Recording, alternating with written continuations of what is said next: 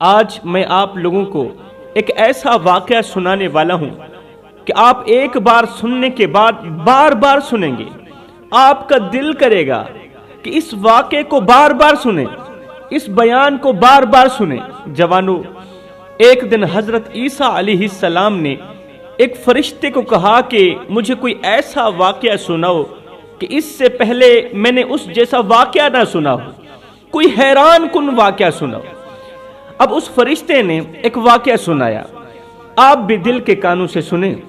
اس فرشتے نے کہا، حضرت ایک دن صبح کا وقت تھا، زمین پر ایک ایسا واقعہ پیش آیا۔ صبح کا وقت تھا، اللہ کی زمین پر ایک ایسا واقعہ رونما ہوا، ایک ایسا واقعہ پیش آیا جس نے آسمان اور زمین کے فرشتوں کو حیران کر دیا۔ فرشتہ کہنے لگا کہ ایک بستی کے باہر ایک پرانا درخت تھا جو صدیوں سے وہاں پر کھڑا تھا۔ وہ درخت ہمیشہ سرسبز رہتا تھا، سرسبز رہتا تھا، حشاش بشاش رہتا تھا، لیکن آج اس کے پتے سوکھے ہوئے تھے، آج اس کی شاخیں جھکی ہوئی تھی۔ ہمیشہ سرسبز رہنے والے درخت کے پتے جھکے ہوئے تھے، آج اس کی شاخیں جھکی ہوئی تھی، اس کے پتے گر گئے تھے جسے وہ کسی گہری سوچ میں ڈوبا ہوا۔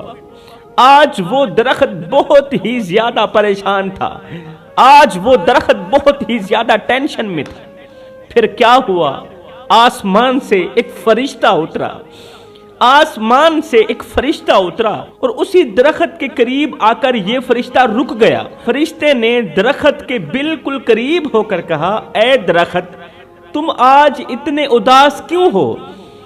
تم تو حشاش بشاش رہتے تھے، تم تو سرسبز رہتے تھے، لیکن آج تیرے پتے گر گئے، آج تیری کمر جھک گئی، آج تیری ٹہنیاں جھک گئیں۔ تو ہمیشہ خوش رہنے والا درخت آج اس طرح اداسی میں کیوں ہو گیا ہے؟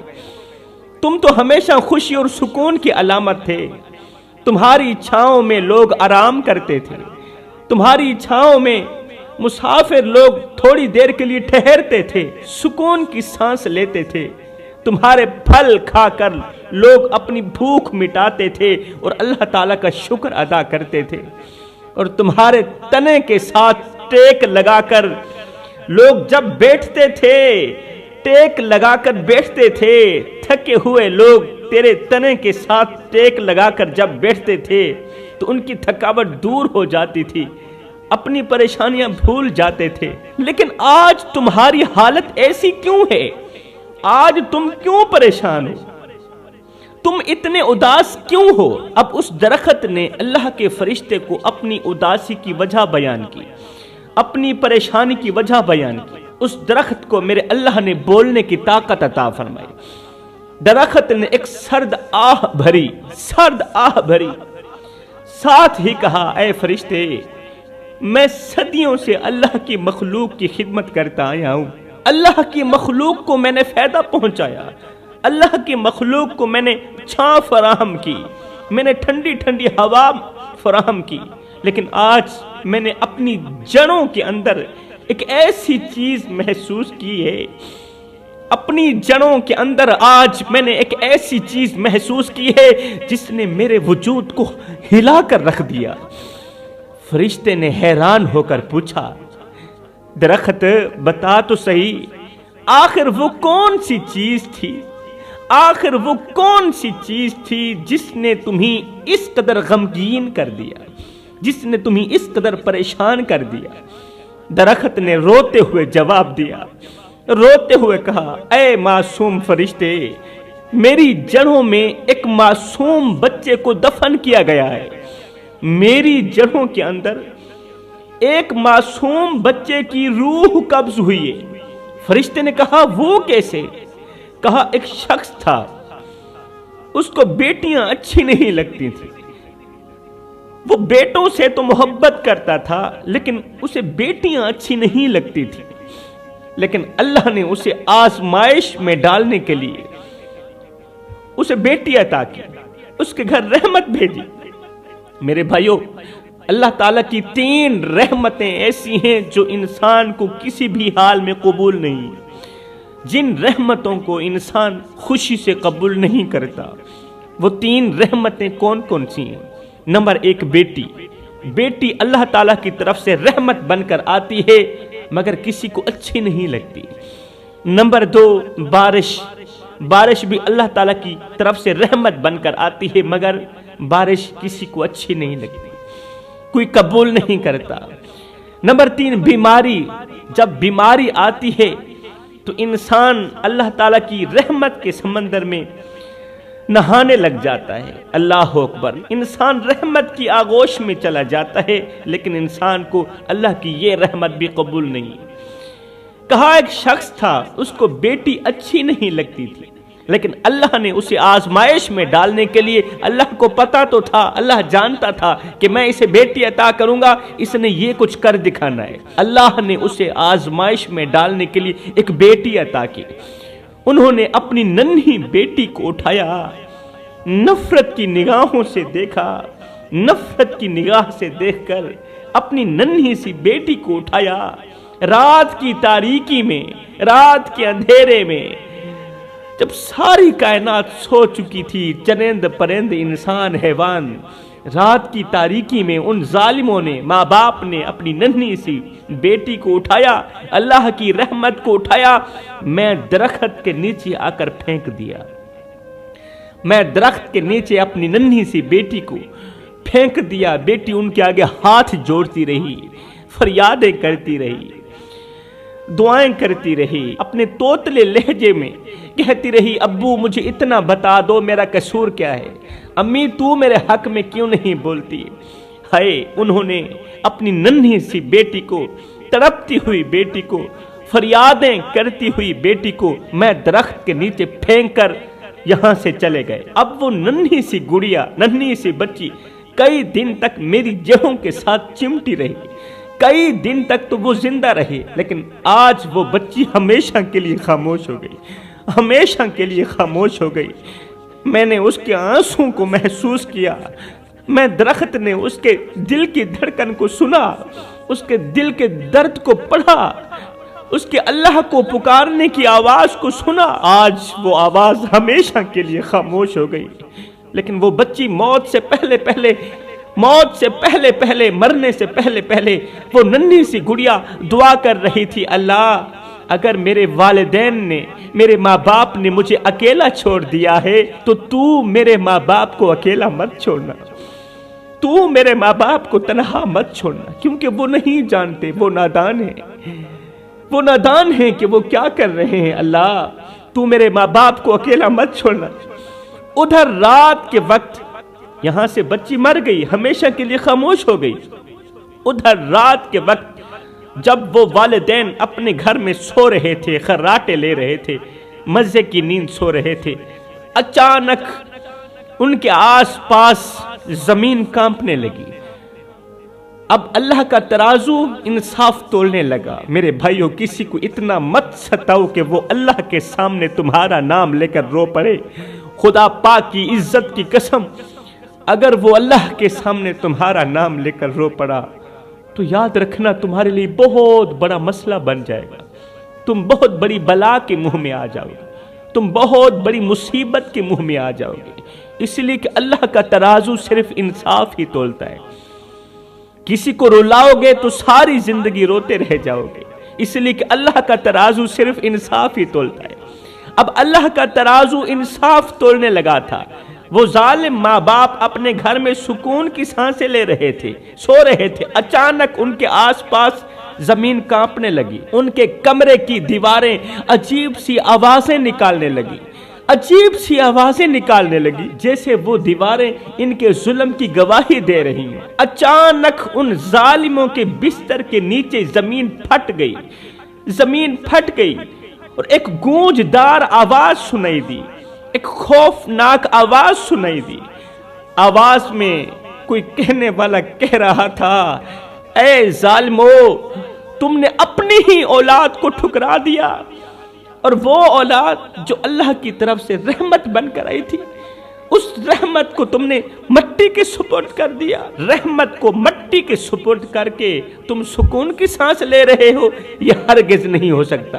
اب زمین تمہیں انصاف کے لیے بلاتی ہے. وقت آ گیا ہے, وقت آ گیا ہے. اللہ کا ترازو انصاف تولنے لگا ہے. اب دونوں والدین چیختے ہوئے اپنے گھر سے باہر نکلے. جب یہ خوفناک منظر دیکھا تو دونوں والدین چیختے ہوئے اپنے گھر سے باہر نکلے, لیکن ان کے ہر قدم کے ساتھ زمین پھٹتی چلی جا رہی تھی. یہ قدم اٹھاتے تھے, نیچے سے زمین پھٹ جاتی تھی, اور وہ جہاں جاتے وہ جگہ ان کے لیے عذاب کا سبب بن جاتی. زمین نیچے سے پھٹ جاتی.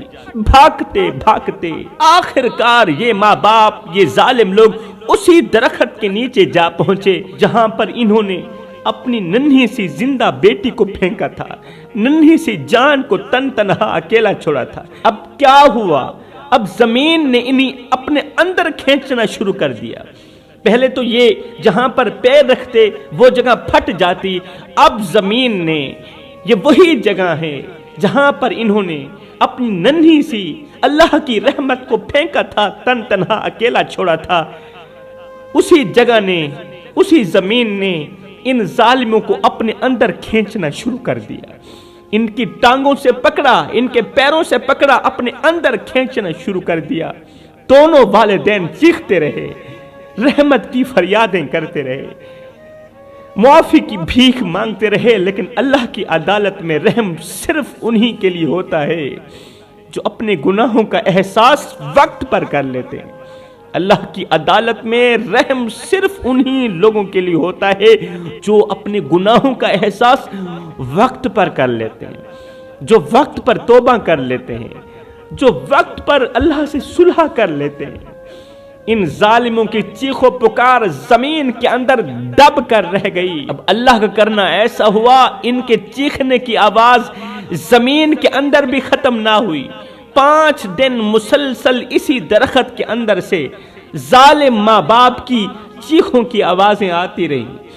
5 دن مسلسل درخت کے اندر سے, زمین کے اندر سے, کیونکہ زمین نے انہیں اپنے اندر لے لیا تھا. 5 دن مسلسل زمین کے اندر سے آوازیں آتی رہی.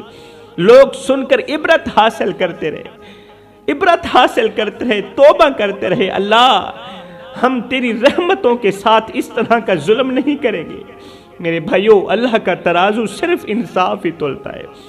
اللہ کی عدالت میں کوئی گناہ چھپ نہیں سکتا, کوئی بھی نافرمانی چھپ نہیں سکتی. چھوٹی سی چھوٹی غلطی بھی, چھوٹے سے چھوٹا گناہ بھی چھپ نہیں سکتا.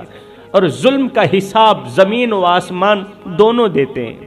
تکبر کرنے والوں کو اللہ تعالیٰ ضرور پکڑتا ہے, فخر کرنے والے اللہ کی پکڑ میں ضرور آتے ہیں. ظالم اللہ کی گرفت سے ہرگز نہیں بچ سکتا, اور مظلوم کی بد دعا عرش کا دروازہ کھول کے رکھ دیتی ہے. یہاں پر میں تمہیں ایک اور عبرتناک واقعہ سناؤں گا.